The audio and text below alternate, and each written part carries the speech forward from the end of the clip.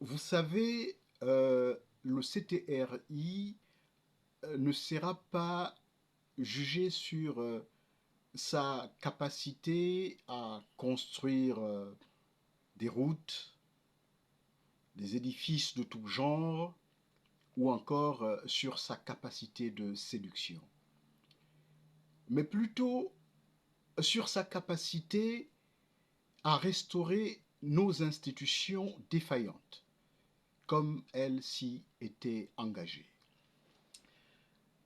Par conséquent, dans ce cadre, la restauration de notre loi fondamentale, notre Constitution, devrait occuper une place prépondérante.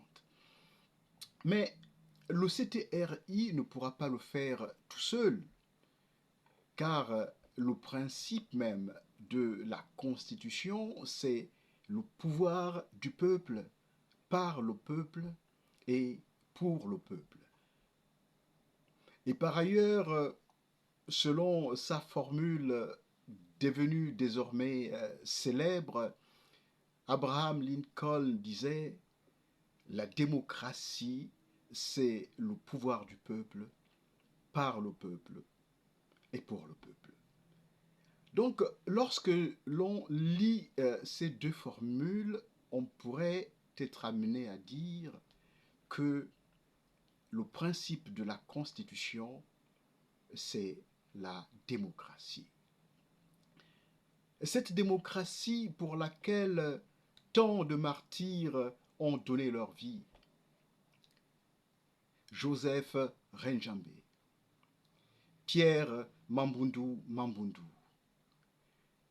André Mbaobam et tant d'autres. Notre Constitution a tellement été tripatouillée, violentée, maltraitée qu'aujourd'hui, elle a tout simplement été vidée de tout son sens. Le pouvoir a littéralement été arraché de force des mains du peuple par les différents régimes au pouvoir, avec la complicité des députés, des sénateurs et des juges. Mais fort heureusement,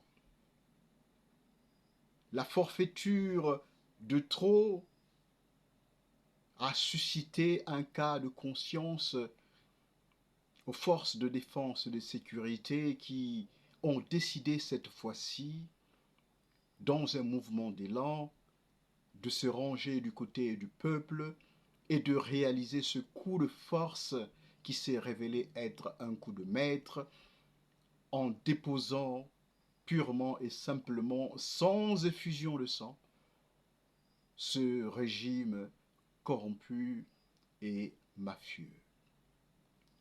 Or, comme vous le savez, le président du CTRI, lors de son discours d'intronisation, d'investiture, avait cité le défunt président du Ghana qui avait dit: lorsque le peuple est écrasé par ses dirigeants, avec la complicité des juges, c'est l'armée qui lui rend sa liberté. Alors, il est quasi certain qu'à la fin de cette période de transition, le pouvoir sera rendu au peuple lors d'un référendum où les Gabonaises et les Gabonais en âge de voter iront dire si oui ou non ils sont en accord avec la nouvelle version de la Constitution qui leur sera proposée alors.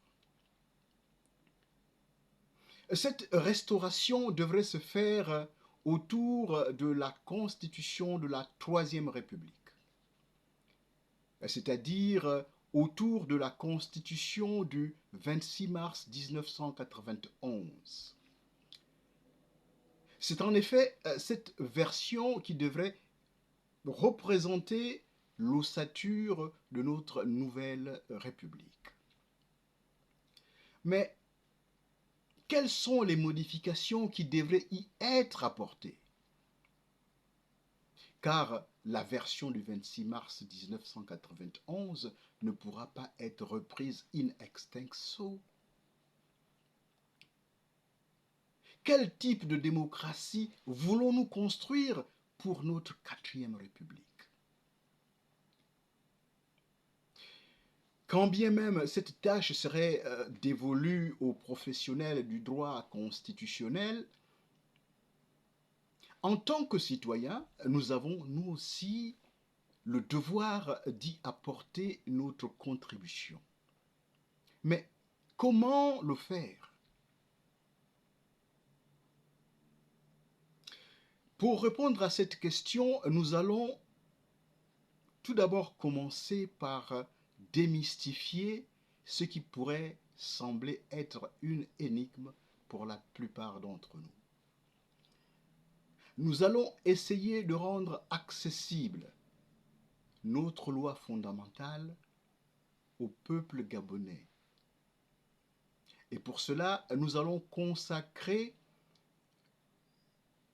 dans les prochains jours des vidéos sans toutefois rentrer dans la subtilité du droit constitutionnel que nous laissons aux spécialistes du domaine. Nous allons essayer de vulgariser le contenu de la Constitution du 26 mars 1991 pour que lors du référendum à venir, chaque Gabonaise et chaque Gabonais en âge de voter aille dire oui ou non en son âme et conscience et en toute connaissance de cause. Car comment peut-on espérer choisir entre le jour et la nuit si toute notre vie durant, nous n'avons vécu que dans les ténèbres? Sur ce, mesdames, mesdemoiselles, messieurs, mes chers compatriotes, mon nom est Bruno Mino. Je vous remercie de m'avoir écouté et à nous revoir dans les prochaines vidéos de vulgarisation. Je vous remercie.